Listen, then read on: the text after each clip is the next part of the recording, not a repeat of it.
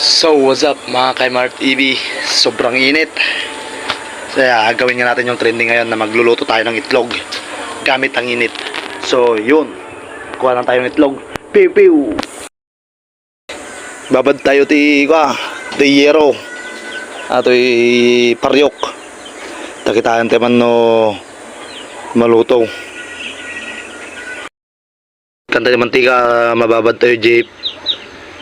Tayo jeep yero. Takitaan teman no legit yung talaga makaluto. Kaputi init.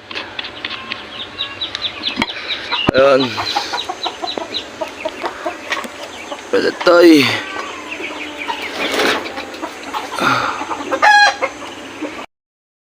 Baya ito paryok dito ita subyanan tayo damdama. Sando tayo nga idiswa di paryok ay itlog.